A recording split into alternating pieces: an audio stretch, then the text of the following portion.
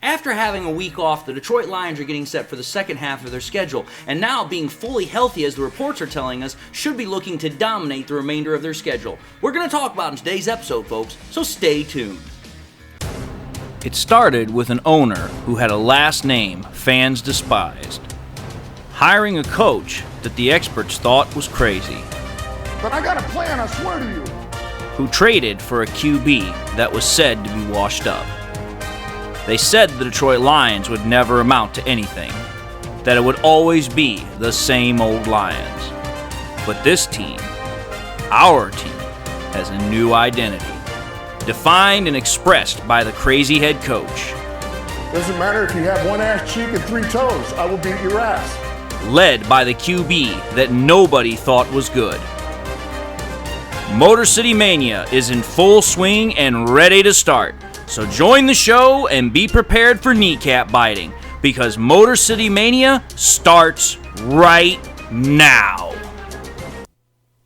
Hello everyone, and welcome back to yet another episode of MCM Motor City Mania. I'm your host, David T. Pike, and we're diving in right now. First and foremost, I just want to say to everybody, thank you all for coming back if you're a return visitor. Thank you all for turning back into the show. Thank you all for your view, your support, your patronage. Thank you all for everything that you do. And if you're a newcomer to the show, I just want to say thank you all for giving my show a shot. Thank you all for everything that you guys do. You guys are so important. You guys are so amazing. And I just want to say to everybody, God bless. And let's dive into the content. So I know it's been a while since I've made any content, and I know there have been a couple of people that have been asking, hey, where did David go? What's going on? Is something going on with him? No, the reason why I didn't make any content, I probably should have been a little bit more explicit, a little bit more clear as to what was going on. I was moving from San Antonio, Texas, all the way up to Fort Drum, New York, because of the Army. I was in the middle of a PCS move, and just to keep it short and sweet and to the point, let me just tell you something. This move was absolutely chaotic. It was a royal pain in the butt, and there were a lot of freaking hurdles that me and my family had to deal with. And I'm going to tell you this right now. I'm officially now in Fort Drum. I've officially set up everything. I'm ready to rock and roll, get back to providing content. I am sorry it took so long, but now that I'm back up and running, we're going to have more content on MCM, so let's get into it. So, having explained all that, when we take a look at what the Lions are dealing with right now, the Lions just got done with their bye week, right? We just got done playing the Raiders on Monday Night Football, put out the whole new helmets and the gray jammies. I know some people still are not necessarily in love with that color concept, but whatever. We just got done with that game. Lions are 6-2. They're coming out of their bye. They've now got the second half of their schedule to deal with. And here's the thing, folks. Today's episode is going to be kind of going around two separate concepts here. The first half is going to be talking about the second half of the schedule. But the second part that kind of ties in with that is talking about where the Lions roster is currently at the moment. So let's kind of take a look at this. When we take a look at the remaining games that the Detroit Lions have right now, the Lions have right now coming up against the next game that we play, we're going to Los Angeles to play the Chargers. Then after that, we're at home against the Bears and the Packers for 2 weeks. Then we travel to go play the Saints. We go then to the Bears. We then go to then we're going to play the Broncos at home. Then we travel to the Vikings and Cowboys, and we finish the year at home against the Vikings. Now, here's what I want to say about this whole schedule we got coming up. This is a really, really great schedule for the second half of the year, and here's the reason why. Number one, it's pretty evenly balanced. Yes, there are more away games than there are home games, but the Lions have proven this year that they can play relatively well on the road, so I'm not too really worried about that. Now, the other thing I want to point out here is this. I actually didn't think about this until I started looking at the schedule, but think about this for a second, folks. If you think about it, all but two of the opponents that we have up until the end of the year are NFC conference teams. The only two teams that we're playing the rest of the year that are not in the NFC are the Chargers, which we play this week, and then the Broncos, which come to our home field later in the year. But other than that, every single opponent that we play is in the NFC. So while the second half of the schedule is a really good setup for the Lions in terms of the ease of opponents for the most part, it's also a really, really important second half of the schedule because the majority of our NFC conference, and also to kind of get into the next part of this, our NFC North division games are in this part. Because here's the thing, 5 of our last 9 games in in the second half of the schedule are against our NFC division rivals. We've only played one division rival so far, and that was when we played the Packers on Thursday Night Football. So while it is a easier second half of the schedule, it's no less important. We got a lot of conference games. We've got a lot of division games. These are very, very crucial, very important games. So there's that. However, though, like I was also saying, these games that we've got towards the end of the year, they're not exactly very difficult. Out of the freaking last 9 games that we have, only 5 of the current opponents that we have are either 500 or better in terms of their winning percentage. And of those 5, one of them is double dipping. That's the Minnesota Vikings.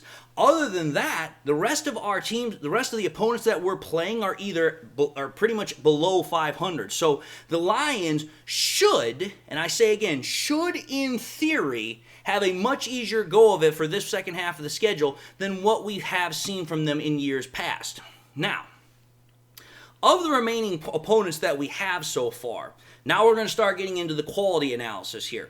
There's only really 2 opponents that we're going to face against over the last 9 weeks that have top defensive quality rosters, and that is currently the Packers and the Cowboys. If you take a look at terms of points that each team has given up and in terms of yards that each team has given up, the Packers are ranked 8th in terms of points given up against their defense, and they're ranked 8th in terms of yards given up. So they're a top 10 defense.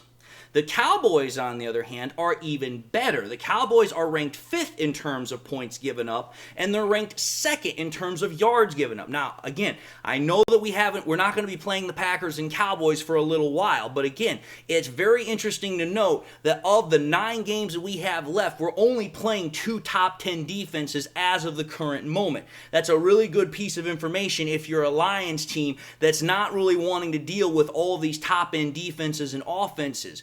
But that's just what it is. I will say this, though. While the Packers do have a top 10 defense, it should be reminded that the Lions already beat the Packers on Thursday Night Football, like I said earlier, and we did that in Lambeau. The next time the Packers come to town, it's in our home turf, and wouldn't you know it, it's also on Thanksgiving. So that's coming up relatively shortly. So just a couple of pieces of information there in terms of that whole thing. Turning my page here really quickly. So, that was the opponent's defenses that we're talking about in terms of top defenses we're going to face.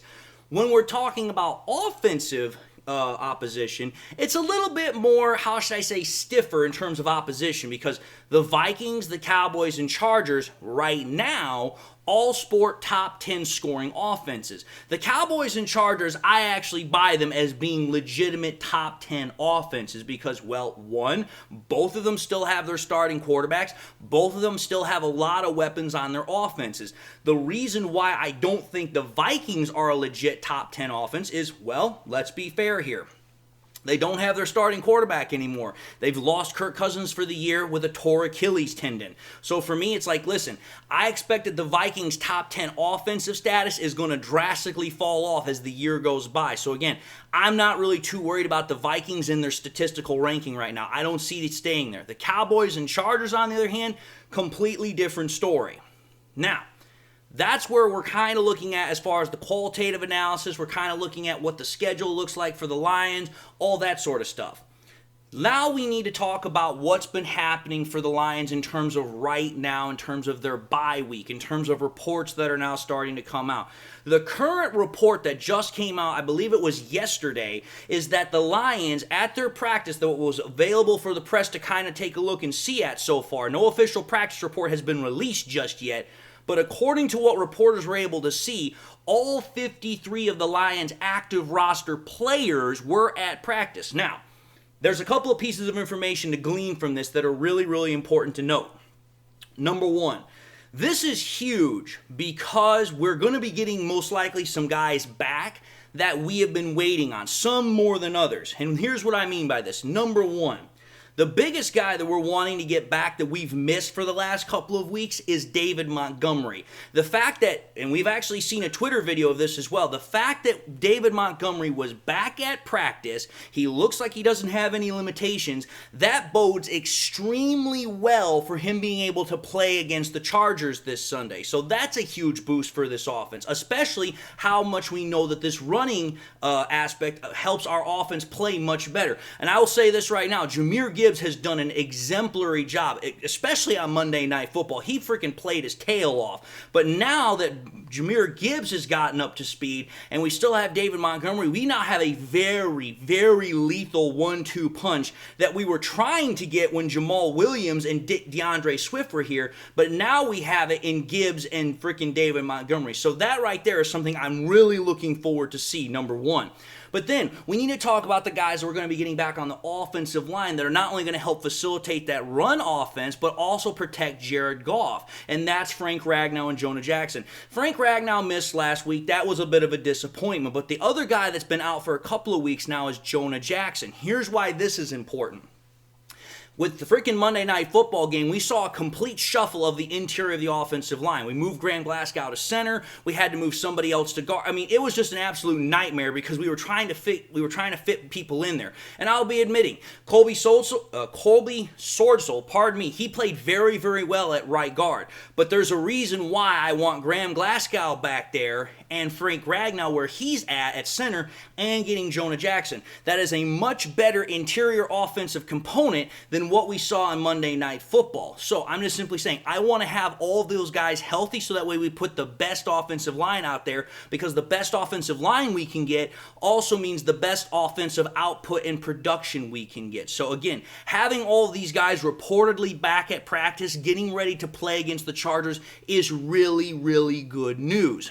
Now, that's why I'm very, very hyped up about the whole Lions offensive production and getting ready for the second half of the schedule. Because let's think about this, folks. The Lions definitely lucked out this year, if you will, or kind of got a little bit of grace from the football gods, if you want to call it that, with the fact that our bye week was dead smack center in the middle of the schedule. It's an 18-week schedule now. Our bye week was week 9. You could not ask for a better bye week if you could. Literally, you couldn't ask for a better bye week. That's what I'm trying to get at here. So with the Lions getting their bye week in the middle of the schedule, it was a huge boost, because what it does is it ensures that the Lions, number one, did not have to go a very long time without getting a break. Because you have to think about this. Everyone just talks about the season itself. But here's what most people forget. There's a 3-week preseason on top of that. Then there's also the summer camps, the spring camps, the mini camps, training camps. It's a very long process before the season even starts, where these players are every single day except the weekends going out, they're hammering their bodies, they're putting their bodies in harm's way. So it's like, listen, getting this rest period at week 9 rather than being much later in the year, or heaven forbid much earlier in the year and you have to play a lot longer into the last part of the year, having it right where it was is a huge boost for the Lions, because it allows them to be rested up to finish the last 9 weeks of the season before we start getting into the postseason. So the Lions getting their bye week when they did, absolutely important, absolutely massive. Now, here's the other thing I want to point out here. Bye weeks for the Lions, yeah, that's important. But now we need to kind of start taking a look at the bye weeks of the opponents that we're getting set to play. So I started taking a look here, because if you have extra time to view an opponent's game film, that's a huge boost for you, number one. But here's the thing. I also want to point this out as well. When you're looking at the opponents that the Lions also have, think about this for a second. The Chargers, the team that we're getting set to play up this Sunday, you want to know when their bye week was? It was in week 5. So here's the thing. They're going to be battered. They're going to be bruised. They're not going to have a chance to rest. And on top of that, the Lions are going to have extra time to take a look at their game film. So that really helps them out. And think about this on top of that. The Chargers just played on Monday Night Football. So they're not getting a full week of rest and preparation for the Lions, whereas the Lions have gotten an extra week of preparation and rest to get ready for the Chargers. That's a huge disadvantage, number one.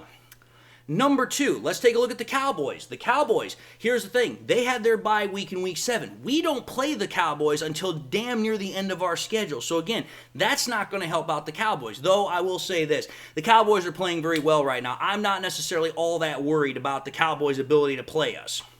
You take a look at the Bears. The Bears actually get the chance to do to us what we're doing to the Chargers. Their bye week is in week 13. They play us week 14.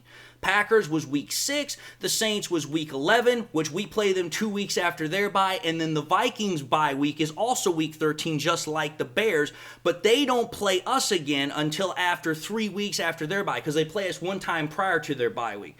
The whole point is this, to also kind of tie back into the whole schedule making like I was talking about, there's only one time where the Lions are going to go up against an opponent that's going to have an extra week of rest and an extra week of preparation. And wouldn't you know it, it's against the lowly freaking Bears. So as far as I'm concerned, again, the Lions got a really, really good break in the fact of, okay, we're not really going to have to deal with an opponent that's going to get extra time to look at our game film, trying to, kind of dissect us and figure out what our weaknesses are. If anything, the only team that's going to do that is one of the worst teams in the NFL. So as far as I'm concerned, I consider that to be a massive break. So again, that shows to me that the Lions are not going to have to worry much about teams playing rested against them. They're actually going to be very much on similar turf, which again, very much bodes well for the Lions. And then, the final thing I want to throw out here is, even though the Lions just got off of a bye week, which means they didn't play, they rested up, the Lions still are a very good statistical team in terms of their ability to go out and make things happen. Because again, everybody talks about, oh, our team's doing really good because of the statistical production. And again, everybody knows I'm a stat nut. But what I find very, very peculiar and also very ironic is that despite the fact the Lions have not played for a whole week, they still, as far as individual players, are very, very high in terms of statistical rankings. Just to give you guys some evidence here, just to give you guys something to chew on and consider on, take a look at this. Jared Goff currently is ranked 8th, he's tied 8th in completion percentage, he's ranked 8th in passing, he's tied 9th in passing average, so average of depth of yardage, he's tied 11th in passing touchdowns, he's tied 12th in passer rating, and he's ranked 9th in QBR. That's a whole week off, and he's still in the top 10 for virtually almost all of his statistical categories. That's pretty impressive. But it doesn't just stop with Jared Goff. Let's take a look at the running backs. If you take a look at both Jahmyr Gibbs and David Montgomery, think about this for a minute, folks. David Montgomery hasn't played for 2 weeks because of that rib injury. Both of them are still ranked top 25 in terms of offensive rushing yardage. David Montgomery is ranked 25th. Jahmyr Gibbs is ranked 23rd. So the Lions currently have 2 running backs on their squad that are top 25 rushers. And the reason why that's impressive is because, again, a lot of teams now are starting to use multiple running backs to make sure the offense has production. There's not really a whole lot of teams that are doing a one-bell running back kind of scheme now. It's 2. So the fact that the Lions have 2 out of the top 25 on their roster, and one of them's about to come back from injury, that is huge. That right there shows that this Lions offense is posed to strike with lethal capability. And then, let's go to the receiving side of this. If you take a look at the Lions' top receiving options, which is Amon-Ra St. Brown currently and Sam Laporta, think about this one, folks. Amon-Ra St. Brown is tied for 10th in the NFL out of all receivers, both receivers and tight ends and everything else, with receptions. He has 57 receptions, okay? You take a look at his receiving yards, he has 665 receiving yards. That's ranked 9th in the NFL. He gets about 11.7 an average a catch and has 3 receiving touchdowns. So Amon-Ra St. Brown, just like his quarterback Jared Goff, is a top 10 option. But take a look at Sam Laporta. This is why I love this kid as a receiver, as a tight end, as a rookie. Take a look at this. Out of all tight ends, Sam Laporta is ranked 4th in receptions. He is tied 5th in receiving yards. He has a 10.1 average a catch, and he's tied 3rd in the NFL of all receiving touchdowns for all tight ends. Again, these are in comparison to other tight ends, not just receivers. It's just tight ends only. So you've got a top 5 receiving option at tight end. You have a top 10 receiving option at wide receiver. You have 2 top 25 running backs on your offense, and you have a top 10 quarterback. Now, the only reason I'm not talking about the defense here is because, again, I want to see consistency out of the defense. And after that Ravens game, I'm still not bought on that. And I know some people are still going to hound me on that, but I don't care. I was proven right on that front. But the whole point of the matter is this. The Lions are coming off their bye week. They're reportedly all healthy, or pretty much as healthy as they're going to be at this point in the year. And the second half of our schedule, again, I'm not taking anything for granted, but it looks pretty promising, pretty doable for this Lions team to rack up the wins and maybe get the first round bye going into the NFC playoffs. They still got to contend with the Eagles for that first round bye, but it's like, listen, even if you go past that, the seeding looks really promising for the Lions too, because I think the Lions are either ranked number 2 or number 3 in the NFC seeding right now if the playoffs were to happen today. So the Lions are definitely sitting pretty right now. They obviously still got a lot of work to do before we get to the playoffs, but things look definitely promising for the Lions. So, this is kind of like my welcome back episode after my own bye week, kind of putting the two together. The Lions were on a bye week, I was on a bye week. But either way, I'm so glad that I'm back. I'm so thankful to be able to make content for you guys again. And with that having been said, I just want to say thank you all for watching yet another episode of MCM Motor City Mania. If you like what you saw, by all means, I highly encourage you all to do one of these 3 things. Like, comment, and subscribe to the channel. If by chance you've also subscribed in the past and you forgot to do so at the time, or you just subscribed and you've not yet had a chance to do so, first and foremost, again, I highly encourage y'all, please subscribe to the channel. It helps me out immensely. But I also want to encourage y'all, please make sure you hit that bell notification icon as well that's at the bottom of the page also when you subscribe, so that way you guys never miss any more content that I'm pushing out. Again, subscription numbers are always going up, but we want to make sure that while you subscribe, you also turn on that bell notification icon, so that way you guys come back as soon as I release anything new. I also want to encourage y'all, please share this content with your Lions friends and family members. Share it here on YouTube, share it on Twitter, share it on Facebook, share it everywhere and anywhere that you can, with anybody and everybody that you can. Again, the more people we can get in to have really great discussions about football in general, but also about the Detroit Lions, the better. And with that having been said, I just want to say thank you all for tuning in once again to another episode of MCM. It's been way too long since I made anything. I just want to again say thank you all for coming back. Thank you all to the newcomers that gave my show a shot. Hopefully I gained your subscription. And with that having been said, I just want to say God bless. And until the next time we meet, I'll see you all in the next episode.